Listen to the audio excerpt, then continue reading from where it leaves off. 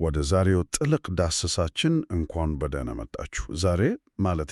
ዛሬ የምንመለከተው ጉዳይ ትንሽ ለየት ያለ ነው። በታሪክ አጻጻፍ እንዲሁም በመረጃ አቀራረብ ላይ ትልቅ ጥያቄ የሚያነሳ አንድ እጅግ ሞገደኛ ጽሑፍ ነው ይዘን የቀረብነው። በጣም አወዛጋቢ ጉዳይ ነው። ዝም ብሎ የታሪክ ክለሳ አይደለም። ልክ ነሽ። የዛሬው ምንጫችን የኩባር ግድፈት በሐበሻ ታሪክ ምሁራዊ ጥናት ላይ የቀረበ ትችት የሚል ርዕስ አለው።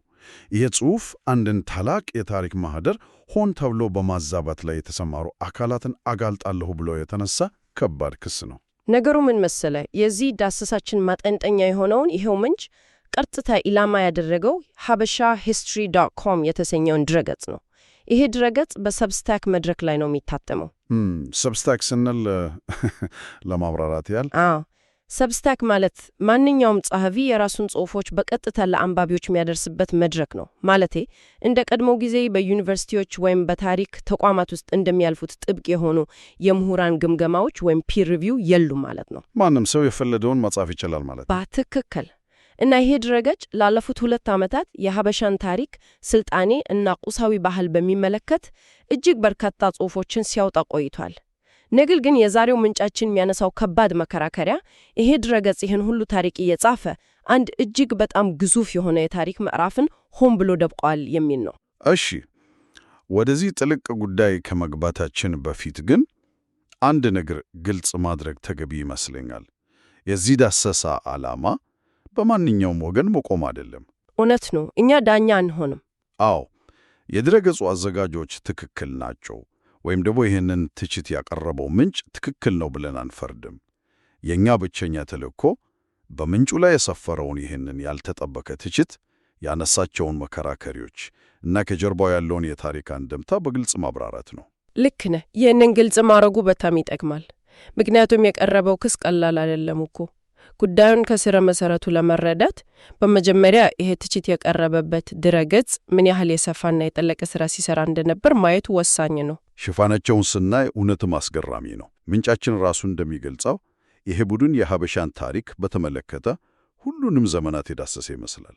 አዎ፣ ከሞላ ጎደል ሁሉንም አዳርሰዋል። ማለቴ የጻፏቸውን ርዕሶች ዝርዝር ብንመለከት ከክርስቶስ ልደት በፊት ከ800 እስከ 100 ዓመተ ዓለም የነበረውን የሃ ታሪክ ጽፏል። ስለ ዳመተ መንግሥት ጥልቅ ዳሰሳ አቅርበዋል። ወደ ኋላ ተመልሶ በአካለ ጉዛይ አካባቢ ስለነበሩ የጥንት ማህበረሰቦች የፑንትን ታሪክ፣ ከኤርትራ ጋር ያለውን ግንኙነት እንዲሁም የአዱሊስን መነሳት አጥንተዋል። የአዱሊስ ዙፋን አሸናፊ የሚባለውን ሰነድ ሳይቀር ተንትነዋል እኮ። እዚህ ጋር በጣም የሚገርመው ነገር የድረገጹ ሽፋን በጥንታዊው ዘመን ብቻ የተገደበ አለመሆኑ ነው። ነገሩን የበለጠው ስስ የሚያደርገው ይሄ ነው። ማለቴ ወደ መካከለኛው ዘመን መጥቷል። አዎ፣ ምንጫችን እንደሚያበራራው የመካከለኛው ዘመን ክንውኖችንም ሸፍኗል። ለምሳሌ የአክሱም ግዛት የመካከለኛው ዘመን ማለትም ከ360 እስከ 500 ዓመተ ምህረት ያለውን ጽፏል። ከ1000 ዓመት በላይ ስለቆየችው ጥንታዊት የመጥራ ከተማ እንዲሁም የዳህላክ ሱልጣኔት ታሪክን አቅርቧል። ዋው! ይሄ ሁሉ በአንድ ድረገጽ ላይ? አዎ። ከዚሁም አልፈው ስለ ግለሰቦች ታሪክ በሰፊው ጽፏል። ስለ አጼ ቃሌብ እና የመጀመሪያው የመስቀል ጦርነት፣ አረቢያን ስለገዛው አመፀኛው ንጉሥ አብርሃ፣ የአክሱም ዘመን የቤተ መንግሥት ስነ ሕንጻዎች፣ የደብረ ዳሞ ገዳም ታሪክ። ደብረ ዳሞንም አልዘነጉም፣ አላስቀሩም። ከሽፍታነት ወደ ቅድስና ስለተሸጋገረው ቅዱስ ሙሴ እና ዘጌት ብሎ ስለነበረው ደጊያት ባታ ሀጎስ ሳይቀር አስነብበዋል። ይህ የሚያሳየው ቡድኑ ታሪክን ከተለያየ አቅጣጫ የመተንተን አቅም እንዳለው ነው። ይህን ሁሉ ስንሰማ እንደ ማንኛውም አንባብ ይሄ ድረገጽ የሐበሻን ታሪክ እንደ ኢንሳይክሎፒዲያ አተናክሮ የያዘ ነው ወደሚል ድምዳሜ መድረሱ አይቀርም። ልክ ነህ። ምንም ነገር ያላስቀሩ ነው የሚመስለው። ግን ነገሮች ይበልጥ አስገራሚ የሚሆኑት እዚህ ጋር ነው። የዛሬው ጥልቅ ዳሰሳችን ዋና ጭብጥ የሚነሳው ልክ እዚህ ነጥብ ላይ ነው። ይህን ያህል ምርምር ተደርጎ ምንጫችን አንድ እጅግ ግዙፍ የሆነ ክፍተት እንዳገኘ ይሞግታል። አዎ፣ ትልቁ እንቆቅሽ። በድረገጹ ላይ አንድም ጊዜ ያልተጠቀሰች፣ ስሟ እንኳን በአጋጣሚ ያላመለጠች አንዲት ከተማ አለች። ኩባር ትባላለች። ኩባር። አዎ።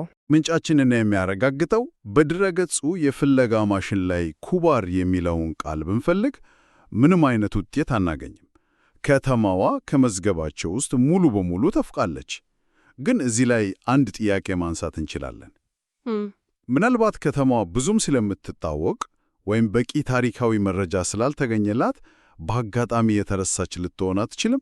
አይ ምንጫችን ይሄንን በአጋጣሚ የተፈጠረ ስህተት ነው የሚለውን ሐሳብ ሙሉ በሙሉ ውድቅ ያደርገዋል። ለምን? ምክንያቱም የኩባር ታሪካዊ ፋይዳ በቀላሉ የሚዘለል አይደለም። በጽሑፉ መሰረት ኩባር ማለት ተራ ከተማ አይደለችም። ኩባር የመጨረሻዋ የአክሱም ከተማ ነች። የመጨረሻዋ? አዎ፣ የመጨረሻዋ ዋና ከተማ ነበረች።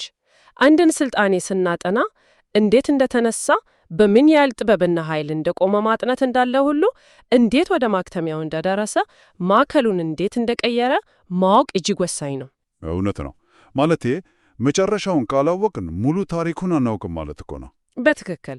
የኩባር ከተማ የዚያ ዘመን መሸጋገሪያ ድልድይ ነበረች። የዚች ከተማ ታሪክ የኋላውኛ የአክሱም ዘመን ፖለቲካ፣ ኢኮኖሚ እና ባህል ምን ይመስል እንደነበር የሚያሳይ ያው ምስክር ነው። የንግድ መስመሮች ሲቀየሩ ሕዝቡ አኗኗሩን እንዴት እንደለወጠ ታሳያለች። ይህንን በምሳሌ ብንመለከተው ነገሩ ይበልጥ ግልጽ ይሆንልናል። የሮማን ኢምፔሪየር ታሪክን የጻፉ ስለ ጁልየስ ቄሳር፣ ስለ ኮሎሲየም፣ ስለ ጦር ስልት በሺህ የሚቆጥሩ ገጾችን አሳትሞ ግን የሮማን መውደቅ ወይም ዋና ከተማዋ ወደ ኮንስታንቲኖፕል መዛወሯን አንድም ቦታ ላለመጥቀስ እንደመሞከር ነው ማለት ነው። በጣም ጥሩ ምሳሌ ነው። ልክ እንደዛ ነው። እንዲህ አይነቱ ድርጊት ከተፈጸመ ስለ ሮም ታሪክ የሚገኘው ግንዛቤ እጅግ የተዛባ ይሆናል። ሮም መቼም እንዳላበቃች አድርጎ ማሰብ ይመጣል። ምንጫችንም ያነሳው ይህንን ነው።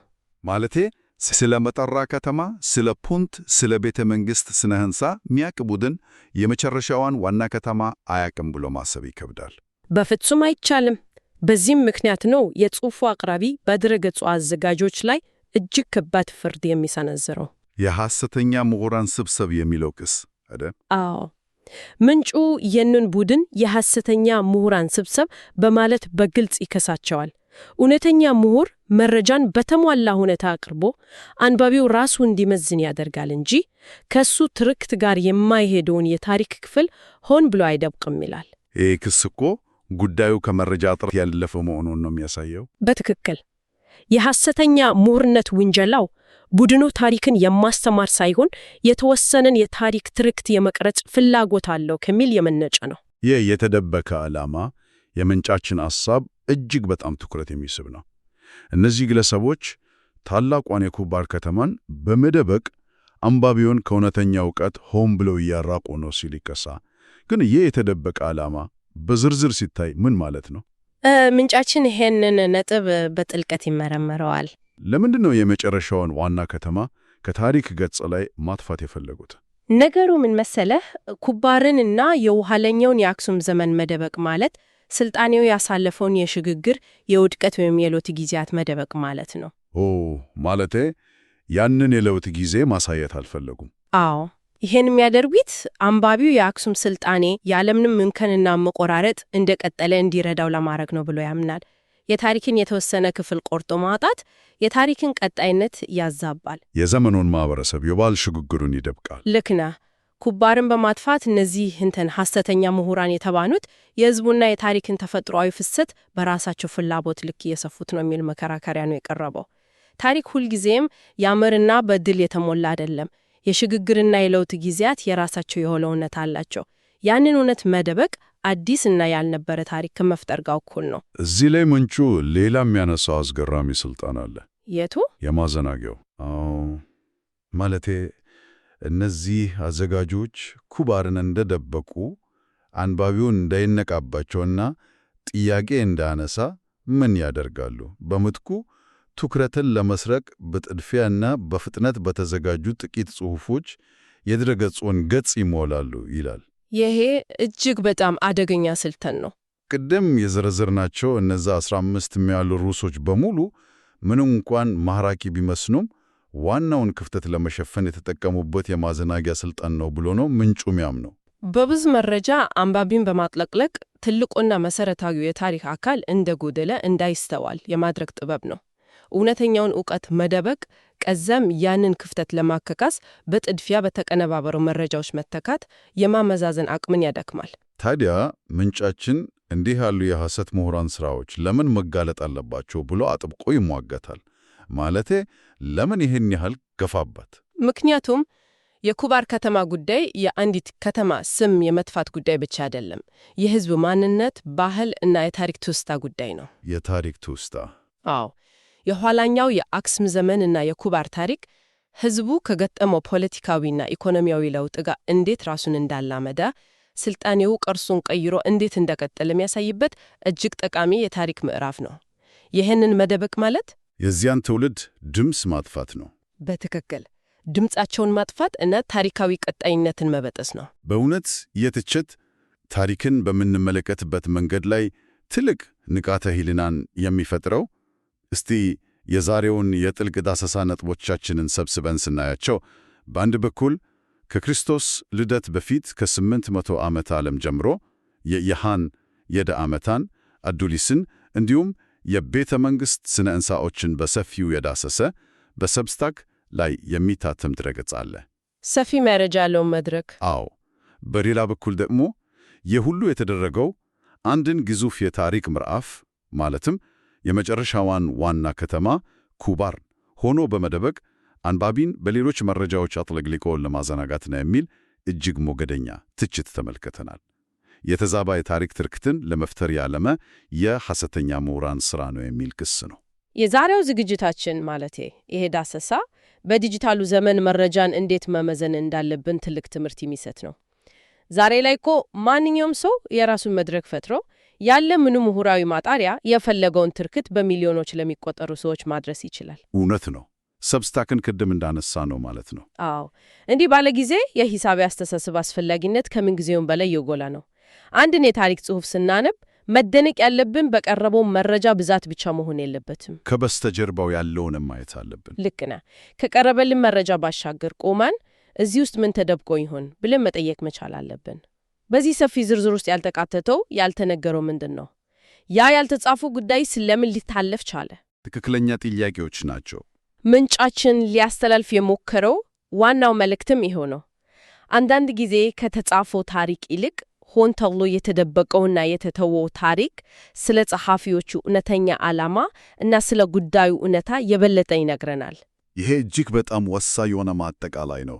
የዛሬውን ጥልቅ ዳሰሳችንን ስንቋጭ ሁላችንም ልናሰላስሎ የሚገባን አንድ ጥልቅና አነቃቂ ጥያቄ ጥለን ማለፍ እንወዳለን። እሺ፣ ታሪክን በምናነብበት በምንሰማበትና ማንነታችንን በምንገነባበት ጊዜ እኛ የምናውቀው እውነት የተመሰረተው በእርግጥ በነበሩት ታሪካዊ ክስተቶችና በተፈጸሙት እውነታዎች ላይ ብቻ ነው? ወይስ ዛሬ ላይ ሆነው ያንን ታሪክ በሚያዘጋጁ በሚመርጡ እና የራሳቸውን ፍላጎት በሚያንጸባርቁ ሰዎች ምርጫ ላይ? በጣም ከባድ ጥያቄ ነው። አዎ። አንድን ታላቅ ታሪካዊ ከተማ እንደ ኩባር ያለች የመጨረሻዋን ዋና ከተማ እና አንድን ሙሉ የታሪክ ምዕራፍ ዝም ብሎ በመዝለል ብቻ በመካከል ባለው ክፍተት ውስጥ ምን ያህል ሌሎች ያልተነገሩ፣ የተዳፈኑ፣ የተሰረዙ እና የተቀበሩ የሕዝብ ታሪኮች ሊኖሩ ይችላሉ?